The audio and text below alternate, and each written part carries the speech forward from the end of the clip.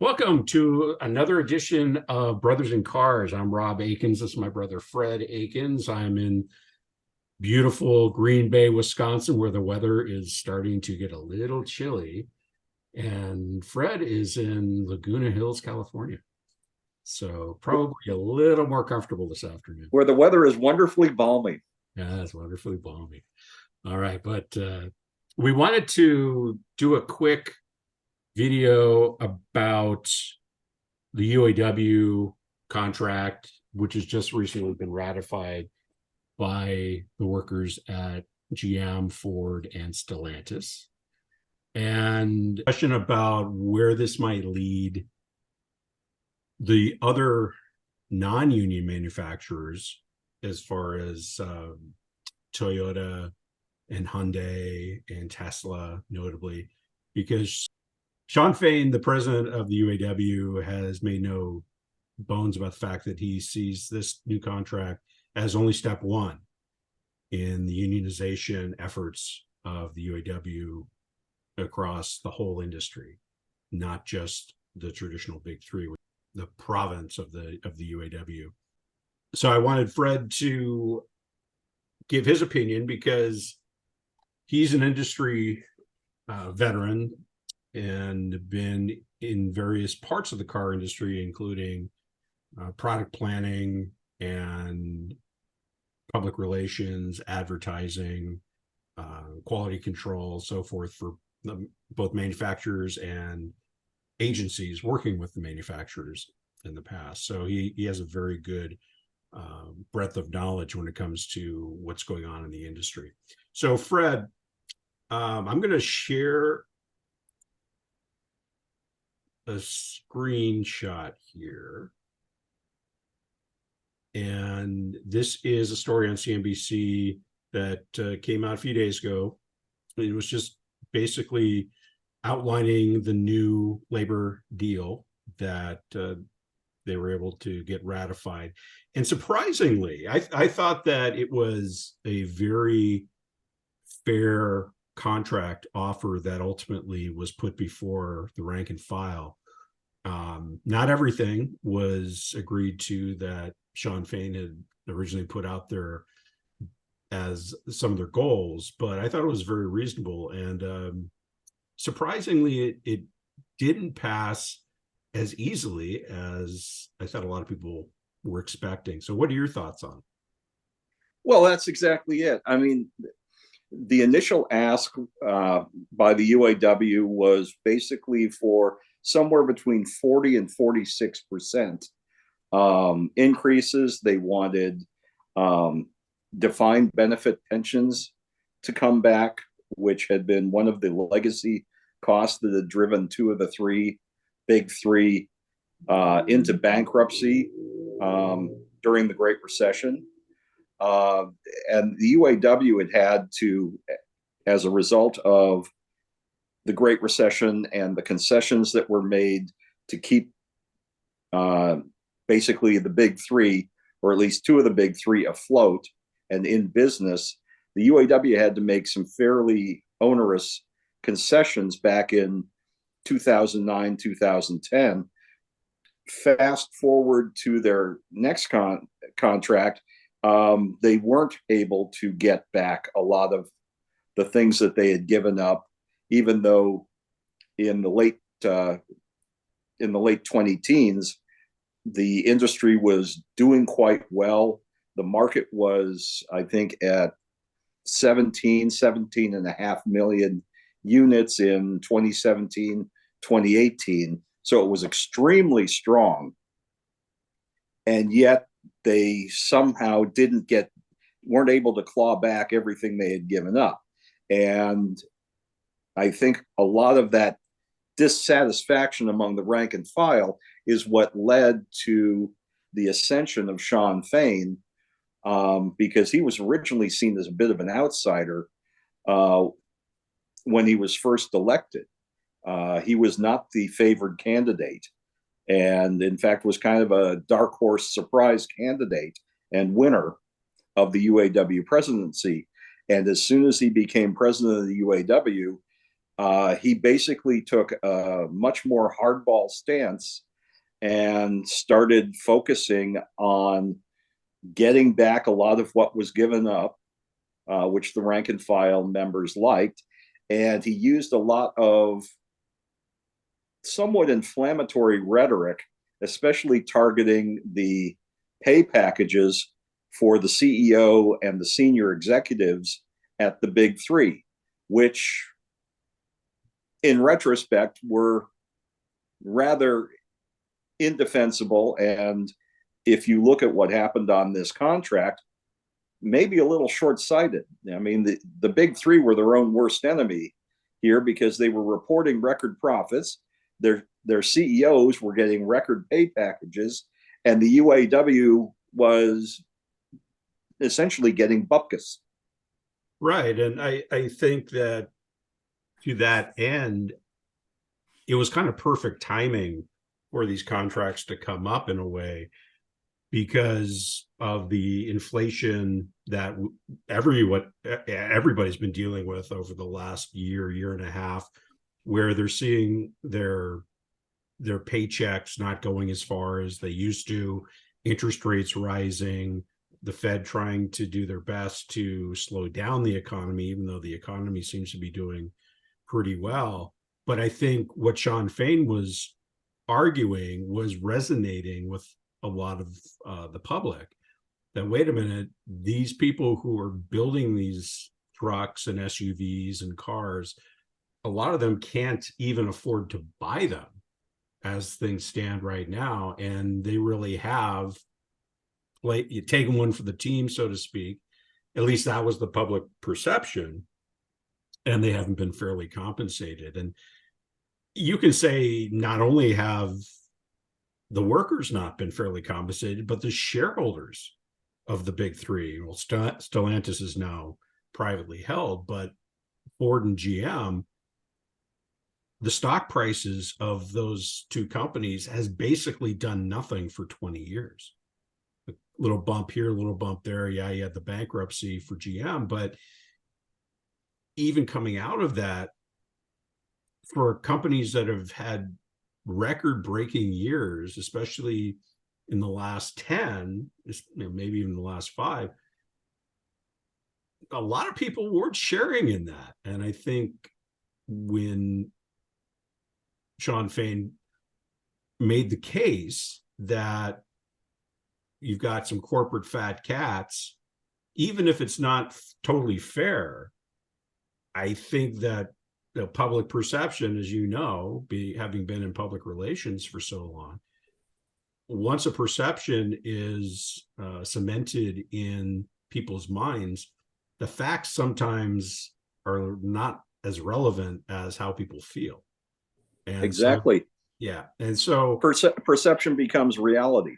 Exactly. So let's talk a little bit about the deals and where we go from here, because interestingly, they got 25% more or less pay increases. They got cost of living allowances added back into the contracts. They got pay leveled out. I don't know if they completely got rid of tiers, but I know that they reduced them at the very least. They got, I believe, a 10% match on up to 10% of their compensation match on their 401ks in lieu of getting the defined benefit pensions back, which I think for a lot of industries is really, really a big pill to swallow these days. So they really got a pretty good package. And to that end, I think when Sean Fain and the UAW made the decision to strike the most important plants of the big three, the Kentucky truck plant for Ford, you know where one of the SUV plants was for. Yeah, it was the Arlington, Texas GM big SUV plant. That's where they build the Escalade, the Yukon, the Suburban, the Tahoe, etc. I mean, but they didn't do that initially. What Right. was what was really smart about Fain's strategy was, first of all, instead of picking one manufacturer, one of the big three, and negotiating with them and then using them as the pattern for the rest of the contract and the other companies, he basically said, no, we're going to negotiate with the big three in their entirety simultaneously, and we're going to inflict a little bit of pain on each one of them by starting the strike at certain plants. And the way, this was very unusual from the way it had been done in the past. And so he struck one plant for each of the big three, but he didn't start with the big money making plants. With Ford, he struck the Bronco Ranger plant in Wayne, Michigan. With Jeep or Stellantis, he struck the Jeep plant in Toledo, Ohio, and he struck a plant down in Missouri for GM that made the Colorado and the Canyon mid-sized trucks. So again, he didn't go after the big three's big money makers, but he went after. It was kind of a shot across the bow of everybody. And then the next round of plant closings, he didn't really close plants. He had strikes take place at parts distribution centers, right? Which is the parts that were being sent out to dealers to put in customer vehicles. So it was a little bit of, okay, we're going to inflict a little bit of pain, not on you, GM, Ford, and Stellantis, but on your customers and your dealers. Right. And dealers, of course, one of their main profit centers is service and parts.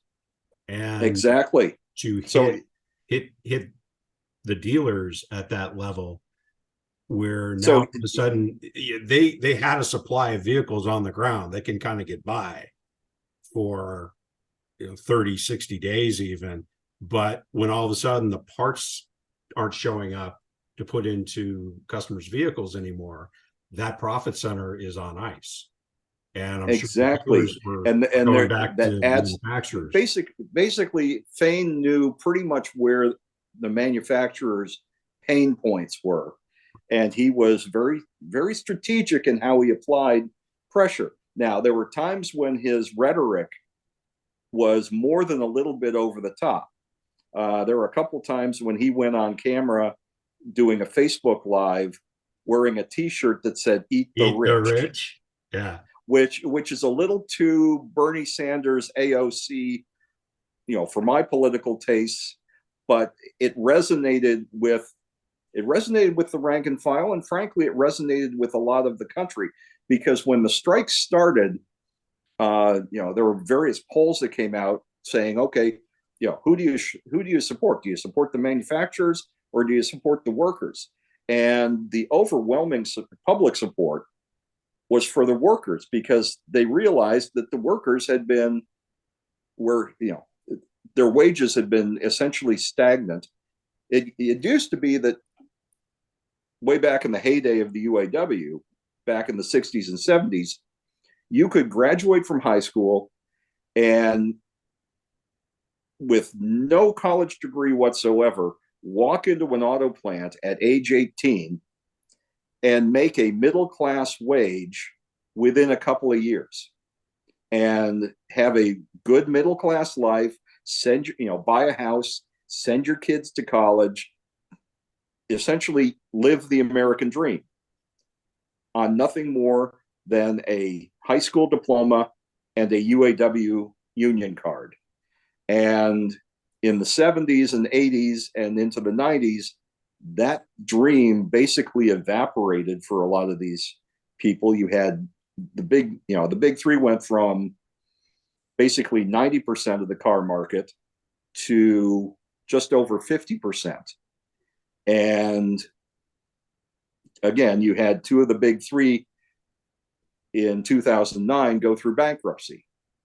So, and go through restructuring, plant closings, everything else. and the industry, moved a lot of things offshore. They talked about bringing in automation. So the UAW workers were getting squeezed and squeezed badly. This contract, I think the most important part, yes, they got the 25%, but if you add in the cost of living adjustments, COLA, if you add in the COLA, then the final number on the contract winds up being somewhere around 33% by the end of the contract. Yeah, that's huge. Now, some of the, as you pointed out, the younger workers in the lower tiers, they got, triple digit, salary increases. That is a big deal. And it's actually one of the reasons that some of the older workers at the various companies didn't overwhelmingly ratify the contract. Yeah, there were a number. In fact, there were a couple of major plants, like Ford's Kentucky truck plant, where the production workers, the older production workers, actually voted against the contract. Yeah, in some but places, in the aggregate, 60%. the contract passed. Yeah, GM was the closest. I think it was just under 55% voted in favor of it. But I think that was the biggest reason. And I think you and I, when we first heard what the terms of the contract agreement were, the tentative contract, and then we heard that you had some plants voting it down, we were a little bit confused by that, because it seemed like they got most of what they're asking for, but it's always the devil's in the details. And the older workers who had been there for 20, 25 years, I think in some cases felt like, hey, I put in a lot of time at a lower wage than I probably deserved. And so I want to be kind of first in line, or at least equal to the people who are coming behind, who seem like they're getting the biggest step up versus the increase that I'm getting, which is still okay, but not as significant. So at the end of the day, though, it did pass. And I think this brings us to our the next thing I want to talk about is just, where does the industry go from here? And this article is a little bit dated. It's from the end of last month, but Mark Fields, the former CEO of Ford, who I think you had a chance to work with when you were doing Mazda PR, and he Yes. was heading up the Mazda part of, because Mazda and Ford used to be affiliated. Or Ford he was CEO at Mazda while I was in Mazda PR. Yeah. And he's a nice guy and a relatively sharp guy. Yeah. But I think he said, okay, this is great. The workers definitely deserved to have a new contract. They probably deserve the deal they got, but there are going to have to be some changes, because the estimate that I've seen is an increase of $850 to $900 per vehicle. And that can be absorbed, but it's still a lot of revenue that is not going to end up on the bottom line. And one thing we know about corporations is nobody willingly in the corporate boardroom will let money leak away from the bottom line if they can avoid it. And so you've already seen Stellantis come out and offer buyouts to quite a few. I can't remember what the percentage was. Maybe you remember. That's about 6,400 workers. Yeah, salaried workers, offering them buyouts for basically early retirement or what have you. And you're going to see what Mark Fields was saying is, like, now the interesting part starts, because you're going to see an acceleration of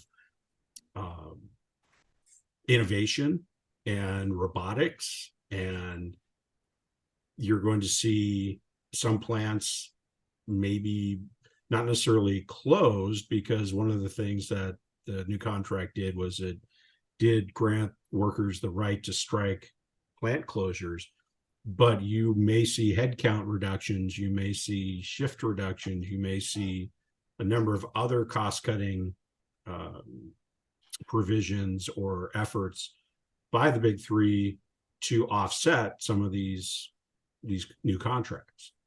Well, I think a couple of things you'll see. First of all, the industry is already wrestling with the transition from internal combustion engines and vehicles to EVs, battery EVs. And the CEOs, Ford, well, certainly GM, Mary Barra was totally gung-ho on EVs even a couple of years ago. Her counterparts at Ford, Jim Farley, and at Stellantis, Carlos Tavares, were a little bit more hesitant, a little bit more sanguine. But now even GM has come around to, well, we'll let the market decide. We're going to follow where the market goes, as opposed to we're going to impose this sort of top-down EVs for all dictate.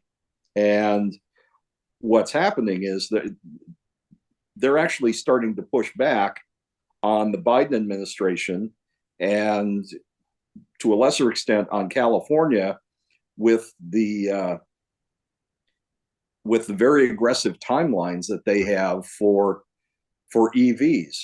Because right now, as it stands right now, unless you're Tesla, EVs are almost a guaranteed money loser. Yeah, a lot of, I follow a number of people on Twitter or X, but I'm sorry, they should just keep calling it Twitter.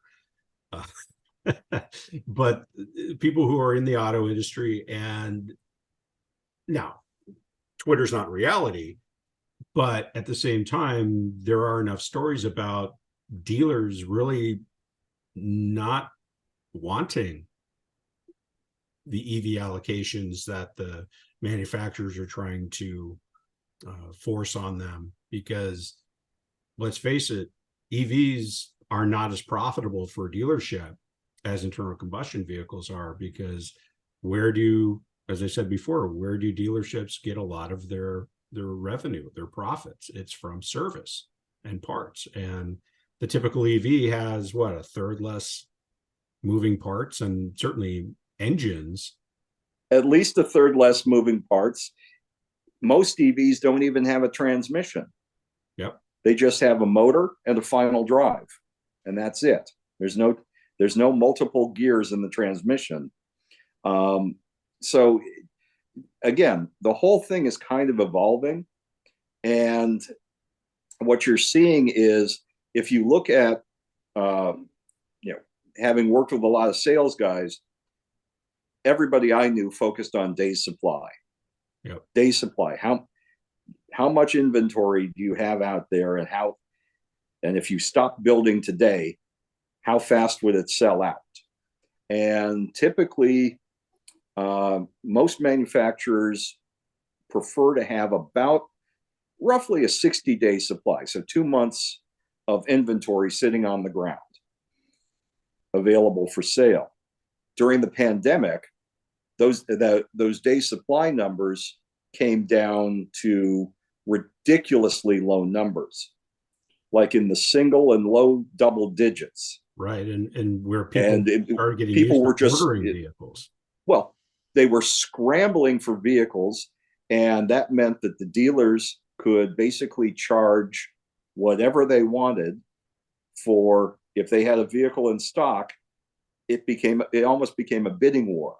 Yeah. And the manufacturers, they didn't mind it because they were still building vehicles, although they had their own supply chain issues. But when they'd start, normally, when you put out a new vehicle, you bake in a certain level of incentives, and then depending on how popular it is, you either dial back on the incentives or you dial up on the incentives. Well, during the pandemic, most companies' incentive budget went to darn near zero. So that's all literally billions of dollars that they had expected to spend that they weren't having to spend because of demand. And so they said, okay, we'll pocket that money.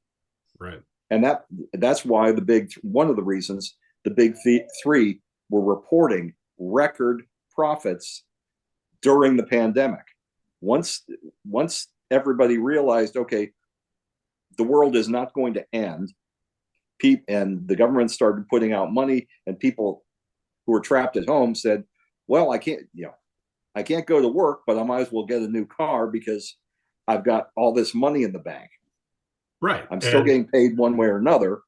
Right. And it's an example of unintended consequences. And if you force people to change their behavior in one place, all of a sudden we're all sitting at home looking around saying, well, I need a new TV. I need to remodel my kitchen.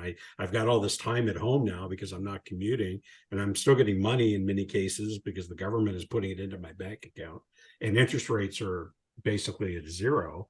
So there's all this free money. And we can do another show on some of those topics and how that's affected. And we should. And we should.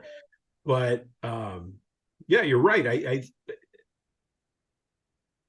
all of a sudden, car companies and dealers had pricing power again, which they exactly had for 15 plus years, even 20 years. I sold cars in the late 90s and mid to late 90s, and that was just the dawn of the internet and Edmunds and kellybluebook.com, and you had Costco doing sales and so forth. But now that, of course, that it's so much more sophisticated now, and there's a lot more transparency.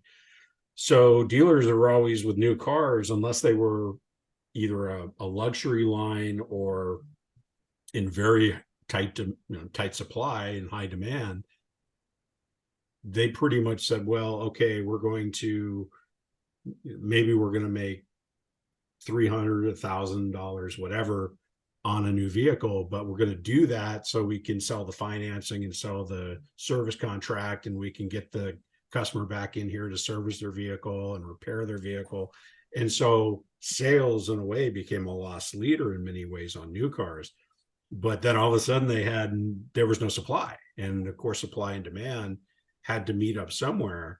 And people still need cars, even if they're not commuting. They have an accident, their lease is up, whatever it is, they have to get out of one vehicle into another vehicle. They have a new driver in the family.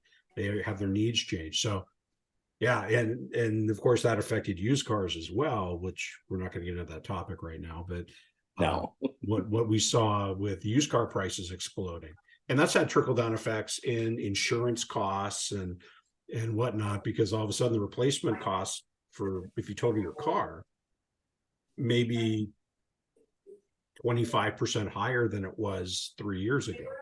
And so insurance companies have to figure that out. The same thing with house insurance. If real estate values have gone up by 35, 40%, cost to replace, cost to build has also gone up. So all of a sudden they need to cover their risk. So yeah, there are all these things that trickle down. But speaking of trickling down, I wanted to look at one more issue. And Sean Fain, of course, like I said earlier, has made no secret about the fact that he wants to unionize Toyota, Hyundai, Tesla, Honda, all the transplants, so to speak. And I'm sure he's also looking at the smaller players, but I think, like Rivian and Lucid and so forth. But I think the money is in the non-unionized major manufacturers, where he said, hey, I want this to be not only the big three, I want this to be the big five, the big six. And you've seen proactively, after the contracts were announced, Toyota, Hyundai, other manufacturers increased wages at their plants to kind of head off some of the potential unionization momentum. Well, exactly. And having been through a couple of organizing drives, and when I was at Kia, and we had a U.S. plant that at one point the UAW wanted to organize. Hyundai's had a U.S. plant down in Alabama that the union wanted to organize. I know they've made several runs at Honda and Toyota plants. And basically, what Honda and Toyota and Hyundai and just this week Subaru have done is they've said, okay, we're going to, because of this new UAW contract, we're going to give our U.S. workers a raise of anywhere from, I think it's basically 10 to 12%, depending on the company. And I know what their argument to their workers is going to be if the UAW comes knocking. It's going to be, well, we gave you a raise, which was more or less equivalent to, in the first year, what the UAW workers at the big three got. Why would you vote for the big three? Because all the UAW is going to do is take a percentage of your paycheck for UAW dues, but they're not going to give you any more than we just gave you. And that's going to be their counter argument to the UAW. And at least in the past, I don't think it'll work. The other thing is, with the exception of Subaru, which is in Indiana, all of the other plants, Toyota, Nissan, Honda, Honda's in Ohio, but they've been in sort of non-union, the non-union South. Right to work states. Right to work states. And all of a sudden it's been, well, every time they've tried to organize, it's been voted down. Now, sometimes the vote's been pretty close, but it's been voted down. None of the transplants have gone to the UAW, which I know just grates on Sean Fain and the UAW leadership. Yeah, and I think what this article is saying is that basically when we return to the bargaining table in 2028, it won't be just with the big three, but with a big 5 or 6, said UAW President Sean Fain. And then to your point before, Toyota increased wages at its Alabama and Kentucky factories. The new top pay rate in both factories is said to have been raised $2.94 to $34.80 for production workers, $3.70 to $43.20 for skilled trades. So, yeah, I think the other manufacturers are going to point out, all right, you're getting most of the benefit of what the UAW has negotiated with the big three, but you're not getting all the baggage, at least this is how they're going to present it, the baggage that comes along with being part of the UAW, which is union dues and a certain amount of distrust in the union leadership.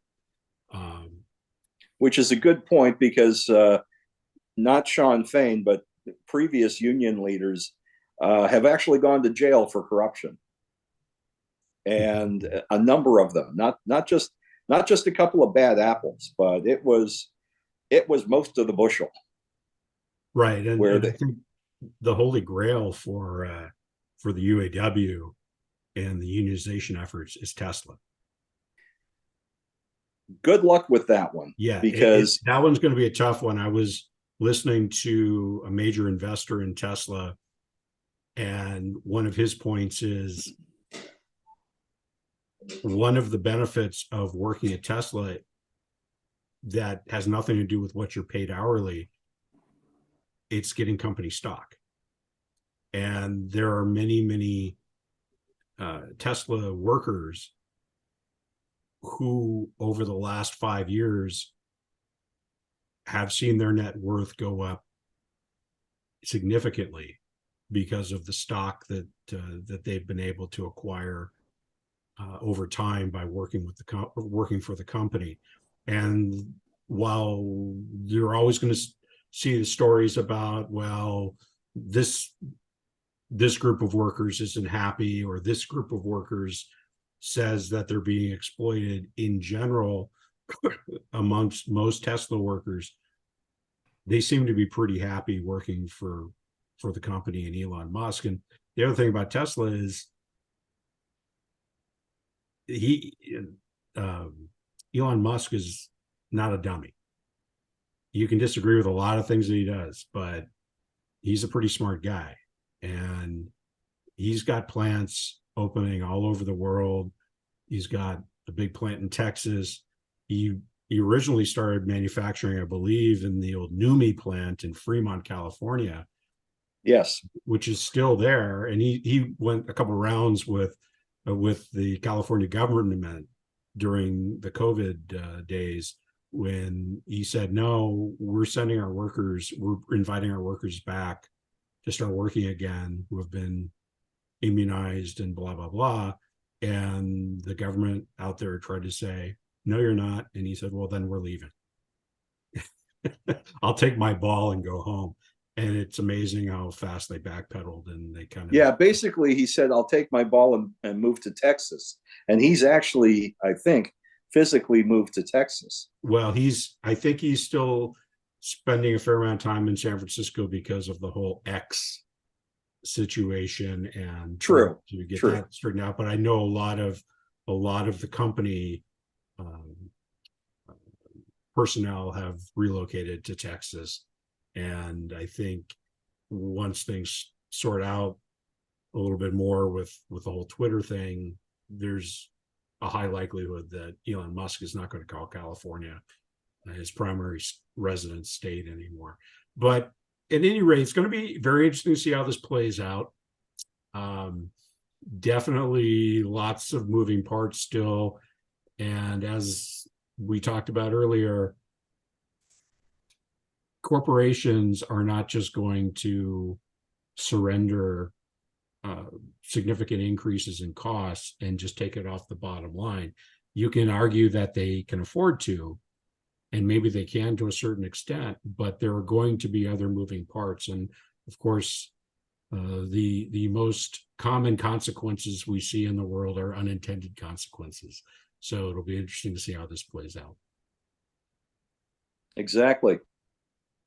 All right. Well, thank you, Fred. I always appreciate a chance to talk through these things. There's no shortage of interesting topics, so we'll be back for more. And for those of you who are watching, if you like what you're seeing, hit the subscribe button, hit the like button, leave a comment for us. We always like to hear, good or bad, what you think of what you think of what we're talking about, the industry.